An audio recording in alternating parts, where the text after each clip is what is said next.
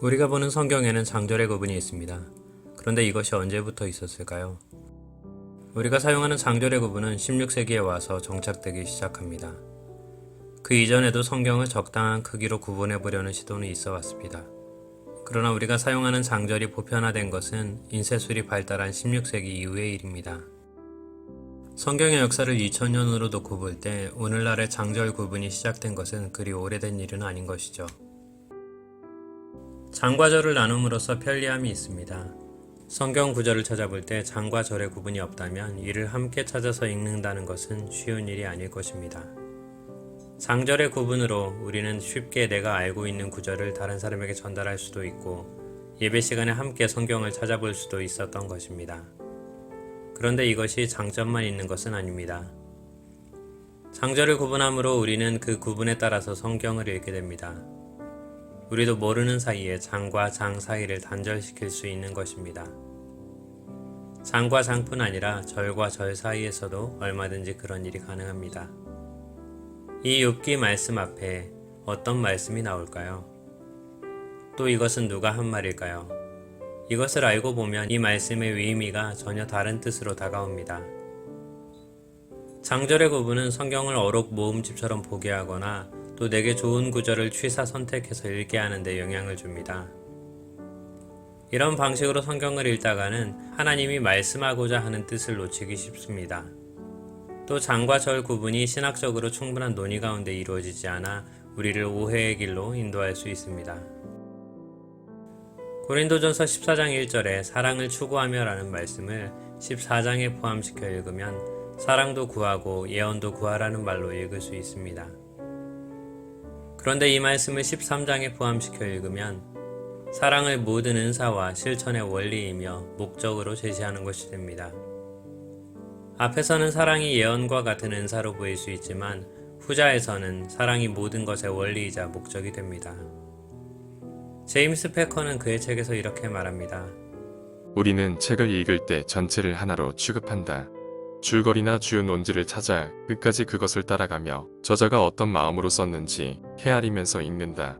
처음부터 끝까지 다 읽기 전에는 책을 이해하지 못하리라는 것을 안다. 그래서 책을 통달하고 싶다면 따로 시간을 떼어 주의 깊게 서두르지 않고 탐독해 나간다. 하지만 성경을 읽을 때는 다르게 행동한다. 우선 애초에 성경을 책 하나로 취급하려 하지 않는다. 그저 따로 떨어진 이야기와 말씀의 모음으로 여긴다. 이 조각글은 도덕적 조언이나 어려운 사람을 위로하는 말이라고 생각한다. 그래서 성경을 한 번에 몇 구절만 읽고 신구약은 고사하고 성경 각 책들도 전체적으로 읽지 않는다. 그러다가 마음을 위로하는 생각이나 기분 좋은 묘사를 발견하면 성경이 소임을 다했다고 믿는다. 성경을 책 한 권이 아니라 아름답고 뭔가를 암시하는 단편 모음으로 보고 그렇게 이용하는 것이다. 결국 읽다는 말의 일반적 의미로 따지면 우리는 성경을 전혀 읽지 않는다. 거룩한 문서인 성경을 종교적인 방식으로 다루는 것이 당연하다고 생각하지만 사실 그렇게 이용하는 것은 미신적이다. 물론 종교적 경건에서 자연스럽게 나온 방식임을 인정해도 참된 종교 방식은 아니다. 하나님은 성경을 그저 불안하고 초조한 마음을 달래는 마약으로 주시지 않았다. 성경 읽기는 우리 마음을 잠들게 하려는 것이 아니라 깨우려는 것이다. 제임스 패커는 성경을 책처럼 읽으라고 말합니다. 한 책에서 몇 구절을 뽑아서 읽은 후에 나는 이 책을 이해했다고 할 수 없는 것입니다. 성경을 전체적으로 읽고 그 의미를 알아야 한다는 것입니다. 성경은 문맥 가운데서 볼 때 그 의미가 나타납니다. 그런즉 너희는 먼저 그의 나라와 그의 의를 구하라. 그리하면 이 모든 것을 너희에게 더하시리라. 이 말씀에서 이 모든 것에 우리는 우리가 원하는 것을 대입하기 쉽습니다.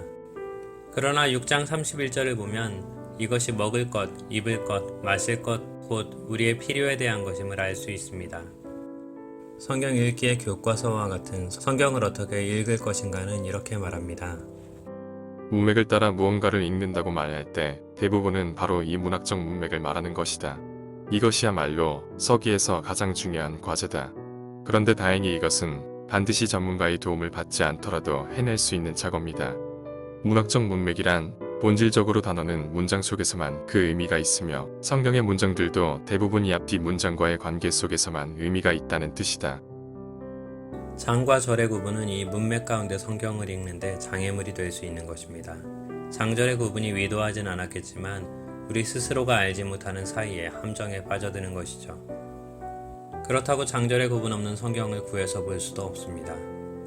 장절의 구분이 우리에게 함정이 될 수 있음을 알고 성경을 보려 한다면, 곧 문맥적으로 성경을 보려 한다면 장절의 함정을 넘어서 성경의 의미를 찾을 수 있을 것입니다.